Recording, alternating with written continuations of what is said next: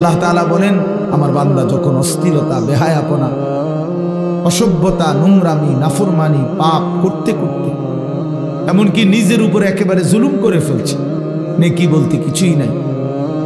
গুনার সাগরে হাবুডুবু খাচ্ছে, আল্লাহ তাআলা তাকেও আশ্বাস দিছে সে যেন আমি আল্লাহকে স্মরণ করে, বান্দা যেন আমাকেই মনে করে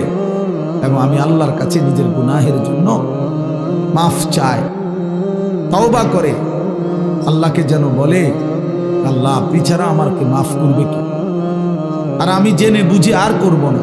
আমি ছেড়ে দিলাম। এই তিনটি শর্ত যদি বান্দার কাছ থেকে আল্লাহ পায়, তওবা তিন জিনিসের নাম, পেছনের গুনাহ সমূলে ছেড়ে দেওয়া, কালউমা কান, একদম গোড়া সহ গুনাহ সম্পূর্ণ ছেড়ে দেওয়া, আবাদান,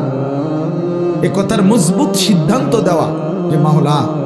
এমন নাফরমানি আমি আর করব না, আর আইয়ান্দামা আলাইহা, লজ্জিত আর অনুতপ্ত হয়ে চোখের এক ফোঁটা পানি ফেলে আল্লাহ তাআলার কাছে মাফ চাওয়া। বান্দা যদি এই তিন শর্ত পুরা করে, বান্দা যদি বলতে পারে দিল থেকে আল্লাহ আমি গুনাহ ছেড়ে দিলাম, আর করব না, ওয়াদা দিলাম, আমি লজ্জিত মাওলা, আমি মাফ চাইলাম, আল্লাহর কসম, আল্লাহ বলেন উলাইকা জাযাউহুম মাগফিরাতুম মির রাব্বিহিম, আমি ওয়াদা দিলাম বান্দা 90 বছরের গুনাহ আমি একসাথে মাফ করে দিলাম। আসমান ছোঁয়া, হুজুর শুনছেন, আপনারা বলছেন লাউ বালাগাত যুনুবুকা আনানাস সামা, আল্লাহ বলছে বান্দা তোমার গুনাহ যদি আসমান পর্যন্ত পৌঁছে যায়,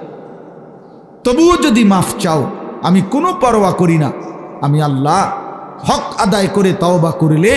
আমি মাফ করে দেব। গাফারতু লাকা ওয়ালা উবালি, আমি মাফ করে দেব।